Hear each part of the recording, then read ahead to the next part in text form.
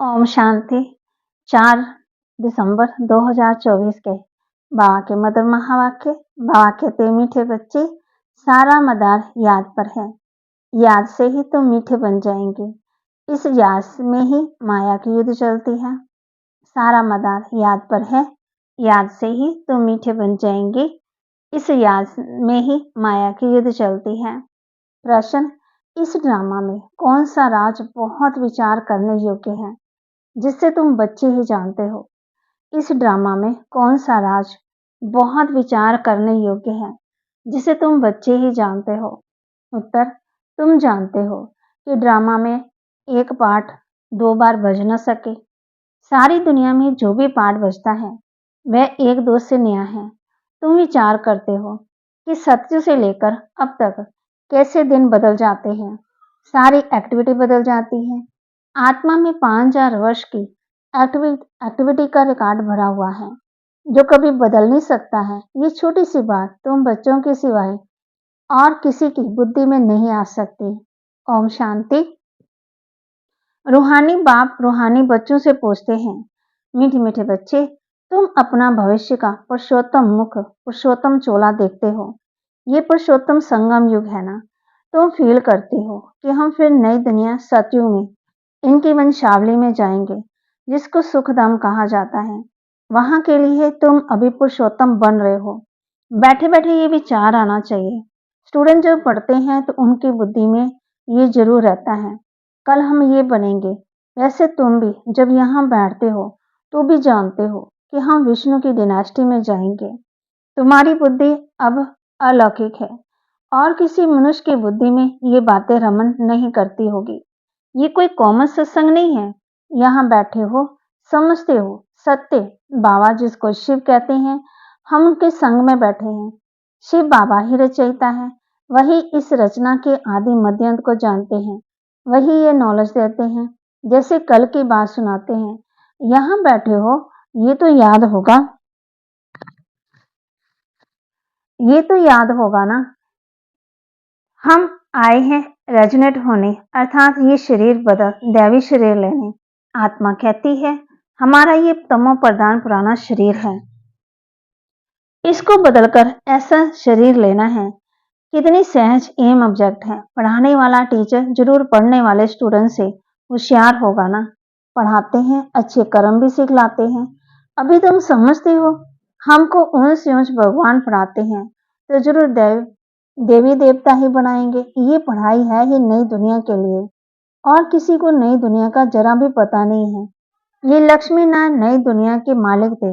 देवी देवताएं भी तो नंबरवार होंगे। सब एक जैसे तो हो ना सके, क्योंकि राजधानी है ना। ये ख्यालात तुम्हारे चलते रहने चाहिए। हम आत्मा अभी पति से पावन बनने के लिए पावन बाप को याद करते हैं। आत्मा याद करती है अपने स्वीट बाप को। बाप खुद कहते हैं, तुम मुझे याद करेंगे तो पावन सतो प्रधान बन जाएंगे। सारा मदार याद की यात्रा पर है। बाप जरूर पूछेंगे, बच्चे मुझे कितना समय याद करते हो? याद की यात्रा में ही माया की युद्ध चलती है। तुम युद्ध भी समझते हो। ये यात्रा नहीं, परंतु जैसे की लड़ाई है। इसमें ही बहुत खबरदार रहना है। नॉलेज में माया के तूफान आदि की बात ही नहीं है। बच्चे कहते भी हैं, बाबा हम आपको याद करते हैं, परंतु माया का एक ही तूफान नीचे गिरा देता है। नंबर 1 तूफान है देवाभिमान का, फिर काम, क्रोध, लोभ, मोह, अहंकार। बच्चे कहते हैं, बाबा हम बहुत कोशिश करते हैं याद में रहने की, कोई विघ्न ना आए, परंतु फिर भी तूफान आ जाते हैं। आज क्रोध का, कभी लोभ का तूफान आया। बाबा आज हमारी अवस्था बहुत अच्छी रही। कभी भी तूफान सारा दिन नहीं आया। बड़ी खुशी रही। बाप को बड़े प्यार से याद किया। स्नेह के आंसू भी आते रहे। बाप की याद से ही बहुत मीठे बन जाएंगे। ये भी समझते हैं हम माया से हार खाते खाते कहाँ तक आकर पहुंचे हैं। ये कोई समझते थोड़ी है। मनुष्य तो लाखों वर्ष कह देते हैं, ये परंपरा कह देते हैं। तुम कहेंगे हम फिर से अभी मनुष्य देवता बन रहे हैं। ये नॉलेज बाप ही आकर देते हैं। वचित्र बाप ही वचित्र नॉलेज देते हैं। वचित्र निराकार को कहा जाता है। निराकार कैसे ये नॉलेज देते हैं? बाप खुद समझाते हैं, मैं कैसे इस तन में आता हूँ। फिर भी मनुष्य सोचते हैं, क्या इसी एक ही तन में आएगा? परंतु ड्रामा में यही तन निमित्त बनता है, जरा भी चेंज हो नहीं सकती है। ये बातें तुम ही समझकर औरों को समझाते हो। आत्मा ही पढ़ती है, आत्मा ही सीखती सिखलाती है। आत्मा मोस्ट वैल्यूएबल है। आत्मा विनाशी है, सिर्फ शरीर खत्म होता है। हम आत्मा अपने परम पिता परमात्मा से रचना रचना के आदि मध्यंत के 84 जन्मों की नॉलेज ले रहे हैं। नॉलेज कौन लेते हैं? हम आत्मा। तुम आत्मा ने ही नॉलेजफुल बाप से मूल वतन सूक्ष्म वतन को जाना है। मनुष्य को पता ही नहीं है कि हमें अपने को आत्मा समझना है। मनुष्य तो अपने को शरीर समझ उल्टे लटक पड़े हैं। गाते हैं ना, आत्मा सत्य है, चित्त है, आनंद है, स्वरूप है। परमात्मा की सबसे जास्ती महिमा है। एक बाप की कितनी महिमा है, वही दुख हरता सुख करता है। मच्छर आदि की तो इतनी महिमा नहीं करेंगे कि वह दुख हरता सुख करता है, ज्ञान का सागर है। नहीं, ये तो बाप की महिमा है। तुम बच्चे भी मास्टर दुख हरता सुख करता हो। तुम बच्चों को भी ये नॉलेज नहीं थी, जैसे बेबी बुद्धि थे। बच्चों में नॉलेज नहीं होती है और कोई अवगुण भी नहीं होता, इसलिए उसे महात्मा कहा जाता है, क्योंकि पवित्र है। जितना छोटा बच्चा उतना नंबर वन फूल, बिल्कुल ही जैसे कर्मातीत अवस्था है। कर्म अकर्म विकर्म को कुछ भी नहीं जानते हैं, इसलिए वे फूल है। सबको कशिश करते हैं, जैसे एक बाप सभी को कशिश करते हैं। बाप आए ही हैं सभी को कशिश कर खुशबूदार फूल बनाने। कई तो कांटे के कांटे ही रह जाते हैं। 5 शिकारों के वशीभूत होने वाले को कांटा कहा जाता है। नंबर 1 कांटा है देवीमान का, जिससे और कांटों का जन्म होता है। कांटों का जंगल बहुत दुख देता है। किस्म किस्म के कांटे जंगल में होते हैं ना, इसलिए इसको दुखधाम कहा जाता है। नई दुनिया में कांटे नहीं होते हैं, इसलिए उसको सुखधाम कहा जाता है। शिव बाबा फूलों का बगीचा लगाते हैं, रावण कांटों का जंगल लगाता है, इसलिए रावण को कांटों की झाड़ियों में जलाते हैं और बाप पर फूल चढ़ाते हैं। इन बातों को बाप जाने और बच्चे जाने और न जाने कोई। तुम बच्चे जानते हो, ड्रामा में एक पार्ट 2 बार बज न सके।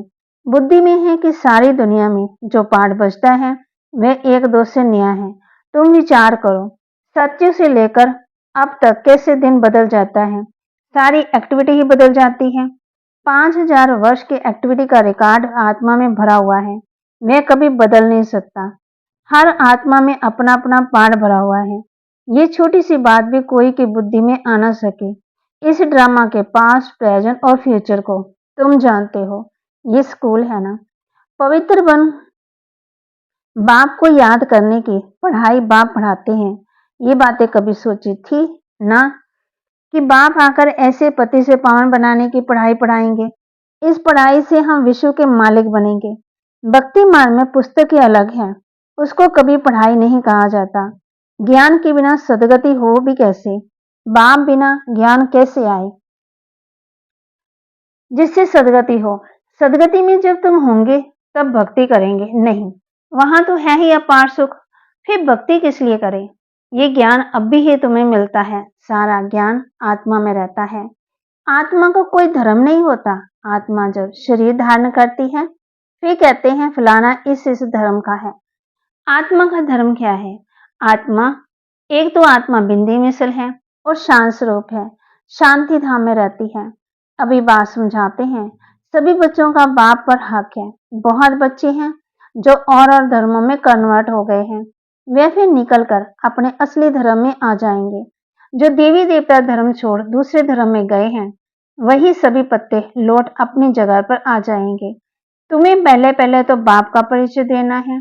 इन बातों में ही सब मूंझे हुए हैं। तुम बच्चे समझते हो अभी हमें कौन पढ़ाते हैं? बेहद का बाप। श्री कृष्ण तो देहधारी है, इनको माना ब्रह्मा को दादा भी कहेंगे। तुम सब भाई भाई हो। फिर है मर्तबे के ऊपर, भाई का शरीर कैसा, बहन का शरीर कैसा है। आत्मा तो एक छोटा सा सितारा है। इतनी सारी नॉलेज एक छोटे से सितारे में है। सितारा शरीर के बगैर बात भी नहीं कर सकता। सितारे को पाठ बजाने के लिए इतने सारे ढेर एविडेंस मिले हैं। तुम सितारों की दुनिया ही अलग है।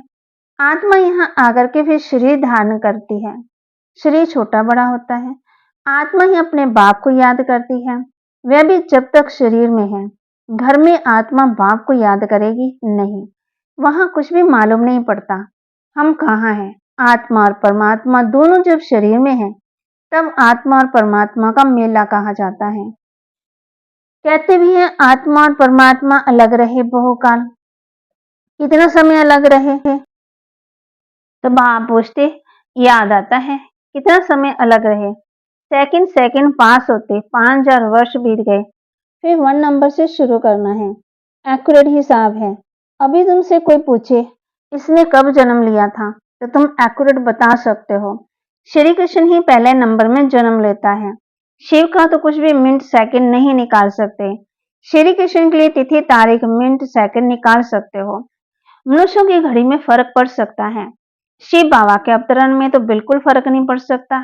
पता ही नहीं पड़ता कब आया। ऐसे भी नहीं शास्त्रकार हुआ तब आया, नहीं, अंदाज लगा सकते हैं, मिनट सेकंड का हिसाब नहीं बता सकते। उनका अवतरण भी अलौकिक, वे आते ही हैं बेहद की रात के समय। बाकी और जो भी है उनका अवतरण आदि होते, उनका पता पड़ता।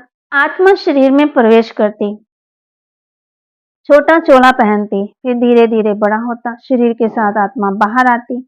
इन सभी बातों को विचार सागर मंथन कर फिर औरों को समझाना होता है। कितने ढेर मनुष्य हैं, एक न मिले दूसरे से। कितना बड़ा मांडवा है, जैसे बड़ा हाल है जिसमें बेहद का नाटक चलता है। तुम बच्चे यहाँ आते हो नर से नारायण बनने के लिए। बाप जो नई सृष्टि रचते हैं उसमें ऊंच पद लेने के लिए। बाकी ये जो पुरानी दुनिया है ये वह तो विनाश होनी है। बाबा द्वारा नई दुनिया की स्थापना हो रही है। बाबा को फिर पालना भी करनी है। जरूर जब ये शरीर छोड़े तब फिर सतयुग में नया शरीर लेकर पालना करें। उसके पहले इस पुरानी दुनिया का विनाश भी होना है। बम्बोर को आग लग जाएगी, पीछे ये भाट ही रहेगा, बाकी सब खलास हो जाएंगे। भाट में थोड़े बचेंगे। तुम अब मेहनत कर रहे हो कि विनाश के बाद फिर सजाएं ना खाएं। अगर विक्रम विनाश नहीं होंगे तो सजाएं खाएंगे ना, और पदवी भी नहीं मिलेगा। तुमसे जब कोई पूछते हैं तुम किसके पास जाते हो, तो बोलो शिव बाबा के पास, जो ब्रह्मा के तन में आया हुआ। ये ब्रह्मा कोई शिव नहीं है। जितना बाप को जानेंगे तो बाप के साथ प्यार भी रहेगा। बाबा कहते बच्चे तुम और कोई को प्यार नहीं करो, और संग प्यार तोड़ एक संग जुड़ो। जैसे आशुक माशुक होते हैं ना, ये भी ऐसे ही है। 108 सच्चे आशिक बनते हैं, उसमें भी 8 सच्चे सच्चे बनते हैं। 8 की माला ही होती है, 9 रत्न गाए हुए हैं, 8 दाने हैं, 9वां है पावा, मुख्य है 8 देवताएं। फिर 16,108 शहजादे शहजादियां का परिवार बनता। त्रेता अंत तक बाबा तो हथेली पर बहिष्ठ दिखलाते हैं। तुम बच्चों को नशा है कि हम तो नई सृष्टि के मालिक बनते हैं। बाबा से ऐसा सौदा करना है, कहते हैं कोई विरला व्यापारी ये सौदा करे। ऐसे कोई व्यापारी थोड़ी है। तो बच्चे ऐसे उमंग में रहो, हम जाते हैं बाबा के पास। ऊपर वाला बाबा दुनिया को मालूम नहीं है, वो कहेंगे कि वह तो अंत में आता है। अब वही कलयुग का अंत है, वही गीता महाभारत का समय है, वही यादव जो मुसल निकाल रहे हैं, वही कौरव का राज्य है, और वही तुम पांडव खड़े हो। तुम बच्चे भी घर बैठे अपनी कमाई कर रहे हो। भगवान घर बैठे आया हुआ है, इसलिए बाबा कहते हैं कि अपनी कमाई कर लो। यही हीरे जैसा जन्म अमूल्य गाया हुआ है। अब इसको कौड़ी बदले खोना नहीं है। अब तुम इस सारी दुनिया को राम राज्य बनाते हो। तुमको शिव से शक्ति मिल रही है।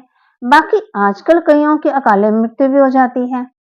बाबा बुद्धि का ताला खोलता है और माया बुद्धि का ताला बंद कर देती है। अब तो माताओं को ज्ञान का कलश मिला हुआ है। अबलाओं को बल देने वाला वह है। यही ज्ञान अमृत है। शास्त्रों के ज्ञान को कोई अमृत नहीं कहा जाता है।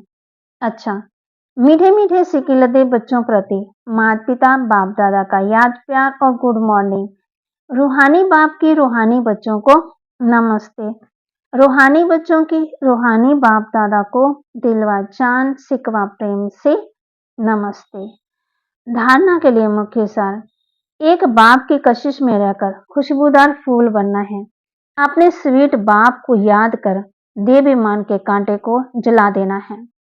एक बाप की कशिश में रहकर खुशबूदार फूल बनना है।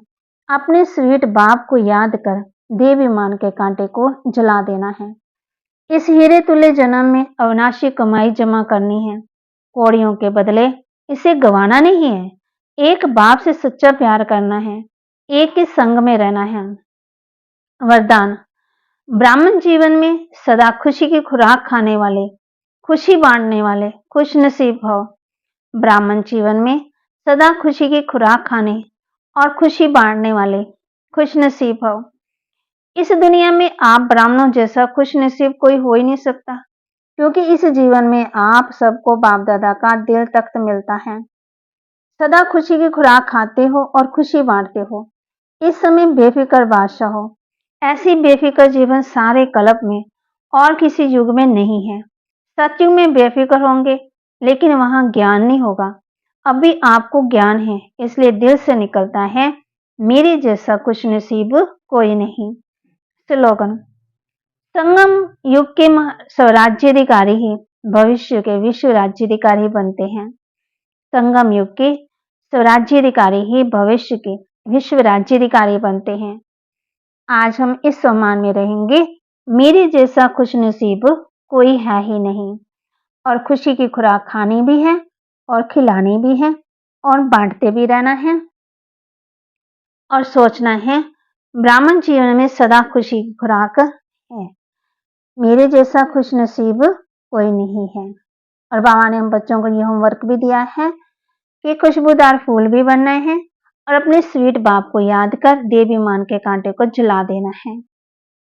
बाबा के महावाक्य को लाइक करना है, शेयर करना है, सब्सक्राइब करना है और अपने जीवन में धारण भी करना है।